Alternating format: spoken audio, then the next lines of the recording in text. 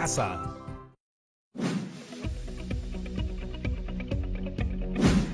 Hola chicas y chicos de tercero de secundaria, ¿cómo han estado? Soy Jonathan Hernández y hoy nos volvemos a encontrar en Aprendo en Casa, una iniciativa del Ministerio de Educación.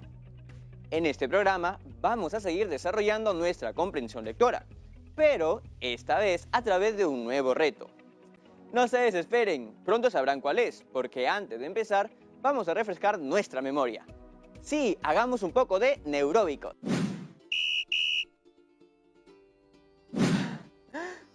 No, esperen, me confundí. Neuróbicos no es lo mismo que aeróbicos, que significa ejercitar capacidades físicas, como la flexibilidad, coordinación. Más bien, la neuróbica, término acuñado por dos médicos, los doctores Lauren Katz y Manning Robin, en su libro Mantenga su cerebro vivo, publicado en Brasil en 2000. Es, según ellos, el conjunto de ejercicios mentales para mejorar el rendimiento del cerebro. Sí, y eso es lo que vamos a hacer recordando lo repasado, para calentar esas neuronas. ¿Listos? ¡Bacán! Vamos a recordar lo que trabajamos en la clase pasada. Primero, recibimos al experto Roberto Brañez, quien nos orientó respecto a los criterios que debemos considerar para la búsqueda y selección de fuentes confiables. ¿Seguro que no lo han olvidado? Gracias a sus sugerencias, seleccionamos dos textos. ¿Qué es lo que está en juego? Y deforestación y degradación, las amenazas para la conservación de los bosques en el Perú. ¿Les gustaron los textos? ¡A mí sí! Sobre todo porque la profesora es una trome y nos explicó al detalle las técnicas para comprender mejor los textos. Creo que después de esa clase, a varios de nosotros nos gusta muchísimo la lectura, ¿o no? No hay nada mejor que leer. La lectura es la puerta a la libertad, ya saben. Bien, ya aprendimos a identificar información en un texto y a deducir relaciones entre ideas, haciendo inferencias. Eso estuvo interesante. El reto de hoy será explicar la intención del autor de los textos y saber sustentar nuestra opinión. En el día a día y en redes sociales, mucha gente comparte textos o artículos y opina al respecto, ¿verdad? Pero muchas veces no sustentan bien lo que opinan. Cuando leemos y opinamos al respecto, nuestras opiniones deben de partir del texto y de nuestra forma de pensar para sustentarlos. Hoy veremos cuál es el proceso. Vamos a seguir atentamente lo que la profesora ha preparado para mostrarnos. ¿Listas y listos en casa? No está mal hacer un poco de ejercicio físico para estimular la circulación de la sangre. Jonathan, ¿te estás preparando para un partido de básquet? ¡Profesora! ¡Hola! Justo la iba a llamar.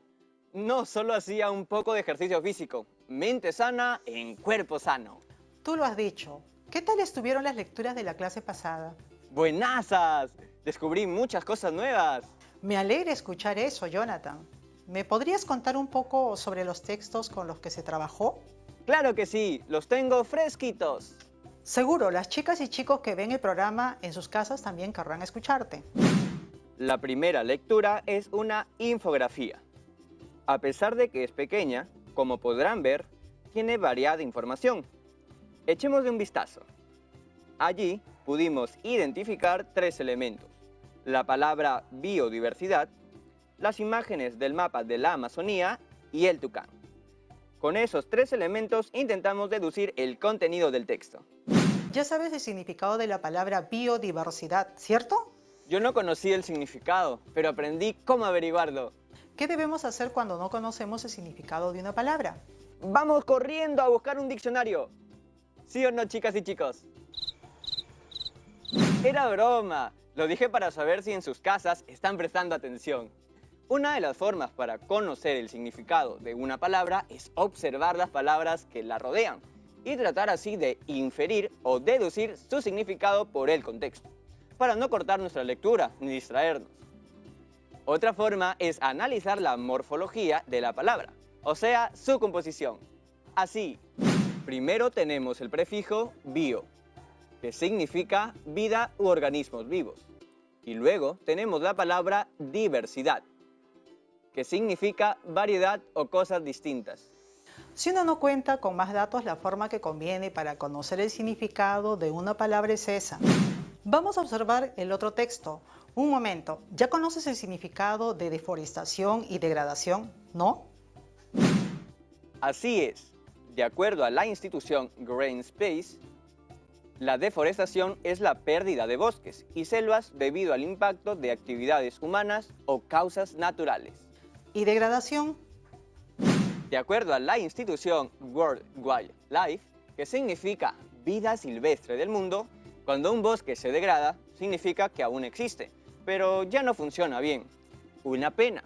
Se convierte en una versión reducida de lo que solía ser, y su salud disminuye hasta que ya no puede sustentar a las personas y a la vida silvestre.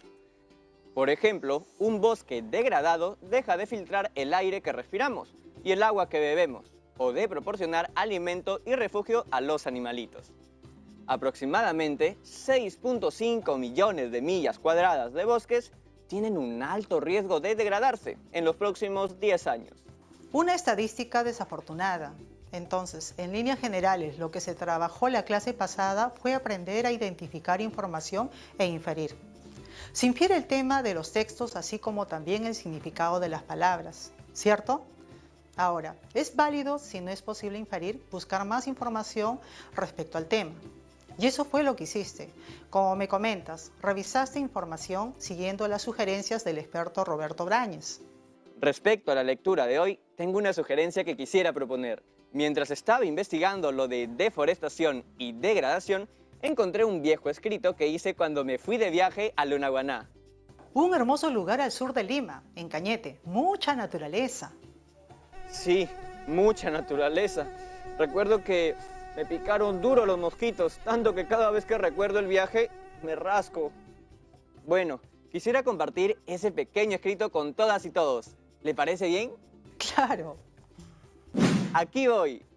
Era una mañana soleada y muy bonita cuando fui a Lunahuaná. Pegado a la ventana iba yo todo el camino, apreciando el maravilloso paisaje. Llegué muy cansado. Sin embargo, decidí salir a descubrir la aventura que tenía por ofrecer aquella ciudad. Primero, decidí pasear en cuatrimoto.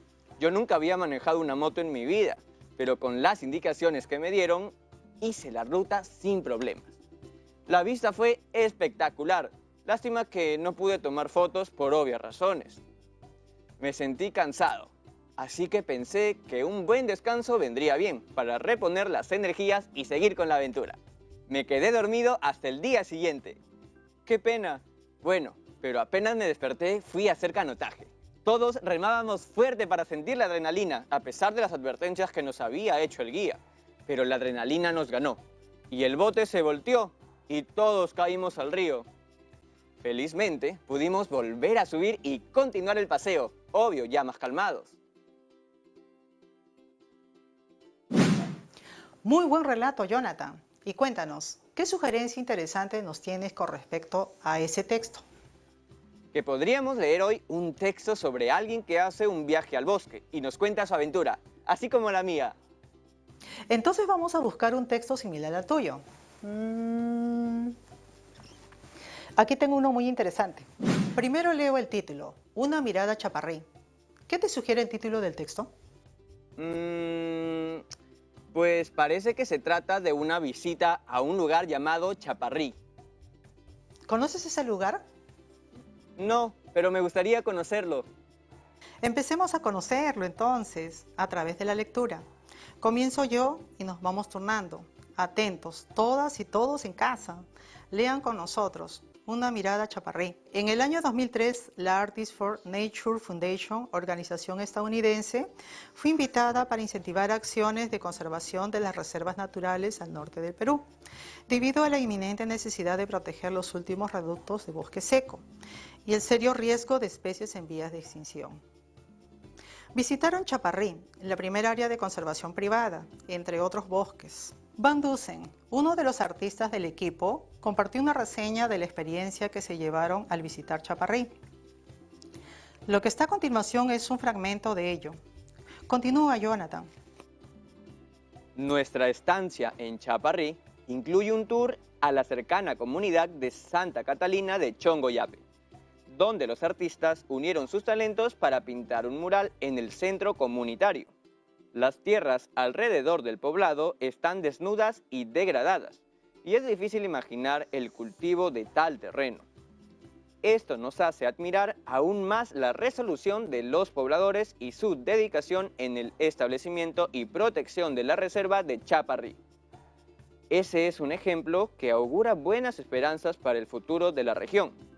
Durante nuestra estancia visitamos una vivienda, construida de ladrillo y barro. Fuimos invitados a la cocina para ver los cuyes o cobayos. En medio de un entra y sale de niños, perros y gallinas, subimos al elevado umbral y de allí entramos a la tenue luz de la cocina. Según nuestros ojos se adaptan a la luz, vemos pequeños grupos de cuyes de todas tallas, patrones y colores, amontonados en las esquinas y corriendo de un lado para el otro, a lo largo de la pared. Para hacernos el show, nuestro anfitrión agarra un puñado de hierba fresca y lo lanza hacia el centro del piso. Esto provoca una estruendosa avalancha de chirridos y agudos silbidos de los pequeños animales que buscan en el montón de hierba y se disponen a devorarla.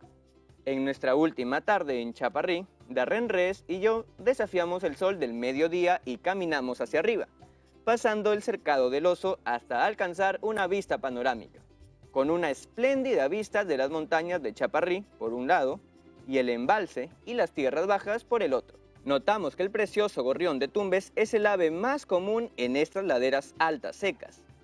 Pintar aquí es un trabajo desafiante y caliente, pero la ligera brisa hace el calor más soportable. De regreso en la casa, un rápido chapuzón en el río borra pronto los efectos del polvo y el calor de la tarde. Y queda luz solo para que yo termine una acuarela del colibrí ventrirrufa, posado sobre el arroyo. Siga, profesora.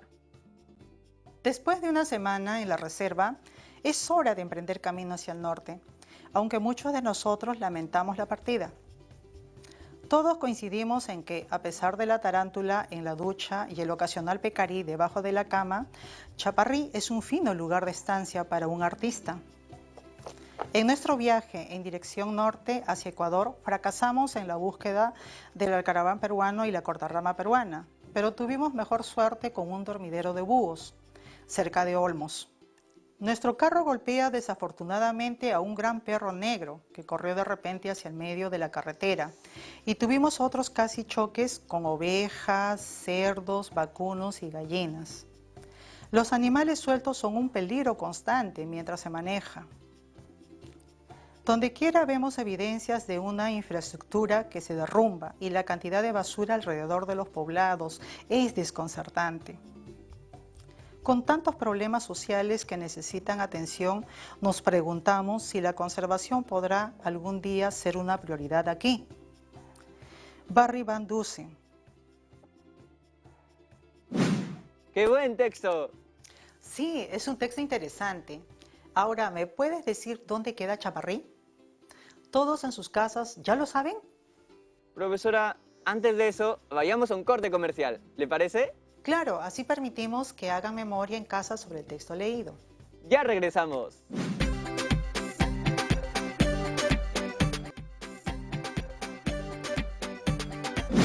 Y regresamos. Justo le comentaba a la profesora sobre lo bueno del texto. ¿Y ya me puedes decir dónde queda Chaparrí? Todos en sus casas. Ya lo saben, ¿no? Han tenido tiempo. En Chongoyape. ¿En qué parte del texto se encuentra ese dato? Justo en el inicio, en la primera oración de la reseña. ¿Sabes dónde queda Chongoyape? Recuerdo que una amiga una vez me contó que viajó allá, porque sus abuelos son de Chongoyape. Queda en Chiclayo, región Lambayeque. Eso no está en el texto. Así es. Chaparrí es una de las reservas naturales que se encuentra en el norte de nuestro país. Es importante, chicas y chicos, que tratemos de averiguar esos datos por nuestra cuenta, ya que no están presentes en el texto y no los podemos inferir. Sugiero que investiguen o pregunten a sus padres o alguna otra persona cuando eso ocurra. Bien, antes de empezar con el análisis de la lectura, es importante indicar que estamos ante un texto continuo y de tipo narrativo. Un texto continuo es aquel que sigue una secuencia de ideas que se desarrollan una tras otra y que está generalmente organizado en oraciones y párrafos. ¿Y qué más? Por su contenido, es un texto narrativo, ya que nos relata una secuencia de hechos y vivencias que experimenta, en este caso, el viajero. Por ejemplo, mi texto sobre el viaje que hice a la hermosa Lunahuaná es un texto narrativo, ¿cierto? Disculpe, profesora, cada vez que me acuerdo me pica la piel. Es que esa vez no llevé repelente contra los mosquitos. ¿Cómo no vas a llevar, pues? Ahora, ¿podrías narrar la secuencia del texto? La lectura trata sobre el viaje que realiza una persona a la Reserva Natural de Chaparrí. Se maravilla de todo cuanto ve. Primero las viviendas, los animales y el paisaje. Así como mi texto, profesora. Así es, ¿y a qué se dedica el viajero? ¿Todas y todos en casa pueden inferirlo a partir del texto? A ver, déjame revisar otra vez el texto. El viajero es un artista. Lo dice casi al final de ese párrafo. La oración final dice: Van Dusen, uno de los artistas del equipo. Lo dice la oración final, como tú mismo señalas.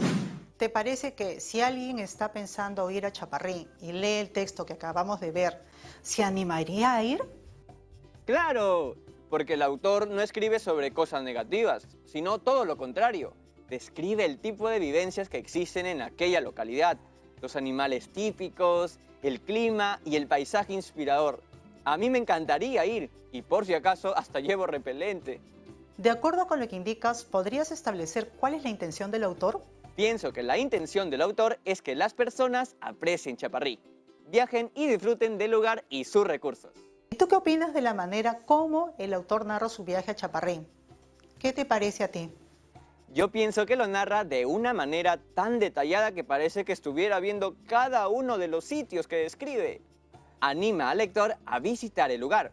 O sea, pienso que de todas maneras ha estado allí. Y si no, juraría que ha investigado muy bien sobre el lugar. ¿Estuvo bien o mal mi respuesta? La pregunta que te hice fue para saber tu opinión. Lo que quiero es conocer tu postura u opinión frente a algo. Esas preguntas no tienen una respuesta correcta o incorrecta, sino que se valora que la opinión sea clara, precisa y sustentada con argumentos coherentes. ¡Ah! Quiero decirles a todas y todos que nos ven desde casa, recuerden, cuando emitimos una opinión o apreciación sobre un tema o hecho, debemos de justificar nuestra respuesta. Profesora, o sea que al leer un texto no puedo decir que algo me parece positivo o negativo, simplemente porque sí. Claro que no. ¿Por qué? Por ejemplo, si en una parte de la lectura se narra un hecho que nos resulta cuestionable, debemos argumentar nuestra respuesta, decir por qué no estamos de acuerdo con el hecho. A veces, en las redes sociales, todo es muy rápido y no muchos se dan el tiempo para eso. Pero en otros ámbitos es esencial argumentar. Ya voy entendiendo. A ver, siguiendo con nuestra lectura. ¿Piensas que algún lector se desanimaría de ir a Chaparrí por la aparición de la tarántula en la ducha? Ah, sí, recuerdo esa parte. Yo pienso que el lector, si sufre aracnofobia, lo pensaría 2 veces. Sin embargo, creo que tomando las precauciones del caso, podría lidiar con ello y así disfrutar de la reserva natural que ofrece una experiencia imperdible. Profesora, si en mi texto de Lunahuaná hubiese contado sobre los mosquitos, no lo hubiera hecho de una forma para desanimar a la gente de que vaya. Es más, antes de ir te dicen que lleves repelente o compres por ahí, y aún así no lo hice. Fue mi descuido. Buena opinión. Pregunto, ¿cuál sería el accionar de los colectivos de protección animal si supieran del lamentable choque al perro en la carretera? En mi opinión, los colectivos de protección animal habrían documentado este lamentable hecho en redes sociales. Tal vez sugerirían a la comunidad poner señalizaciones en las carreteras para que los autos en determinados tramos vayan controlando la velocidad por ser muy frecuente el tránsito de animales en esa zona. Qué bien, Jonathan. Tus opiniones son cada vez más fundamentadas. ¿De qué manera este texto puede ayudar a mejorar tu reglamento sobre el cuidado de los bosques? Pienso que al haber conocido de las riquezas naturales de este hermoso lugar, tengo mejores razones para establecer normas que prevengan el cuidado de los bosques. Podemos decir entonces que cumplimos nuestro reto. ¡Qué bien!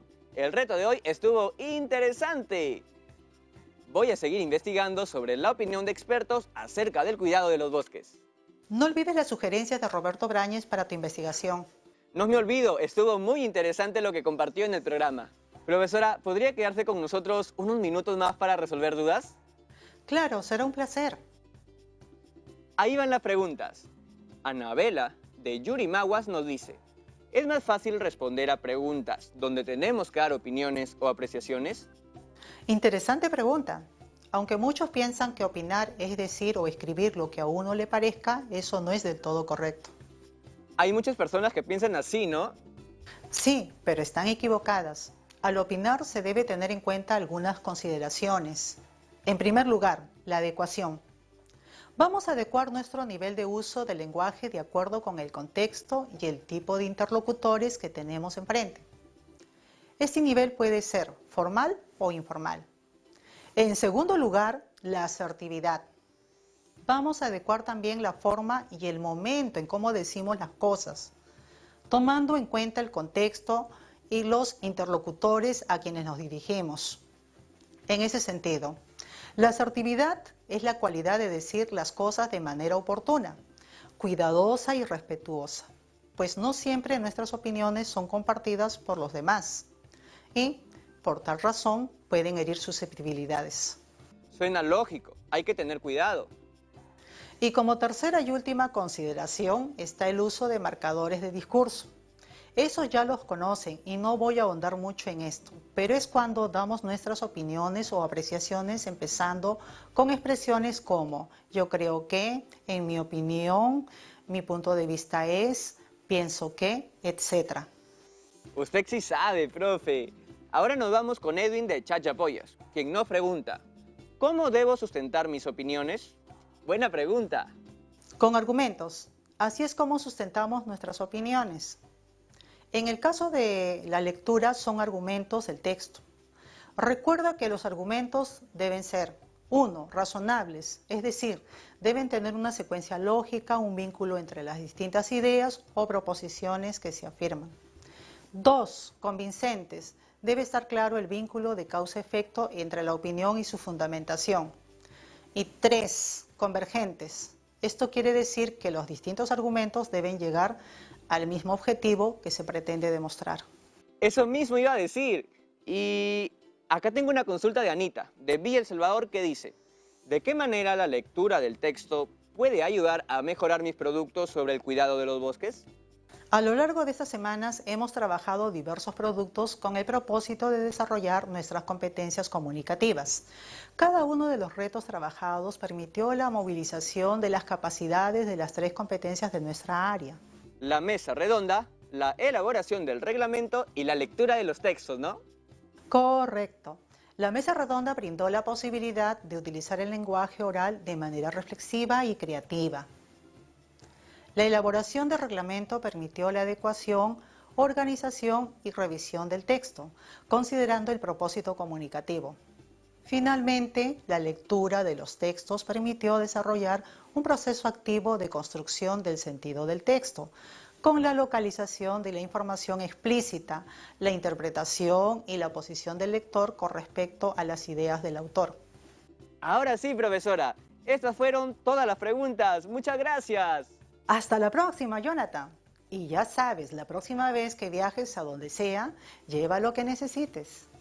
Sí, profesora. Cada lugar a donde va uno tiene sus propias exigencias para pasarla de lo mejor. Gracias por sus consejos. Y gracias a ustedes también por su atención. Hasta luego, todas y todos. Nos vemos en el próximo programa de Aprendo en Casa. ¡Chao, chao, chao!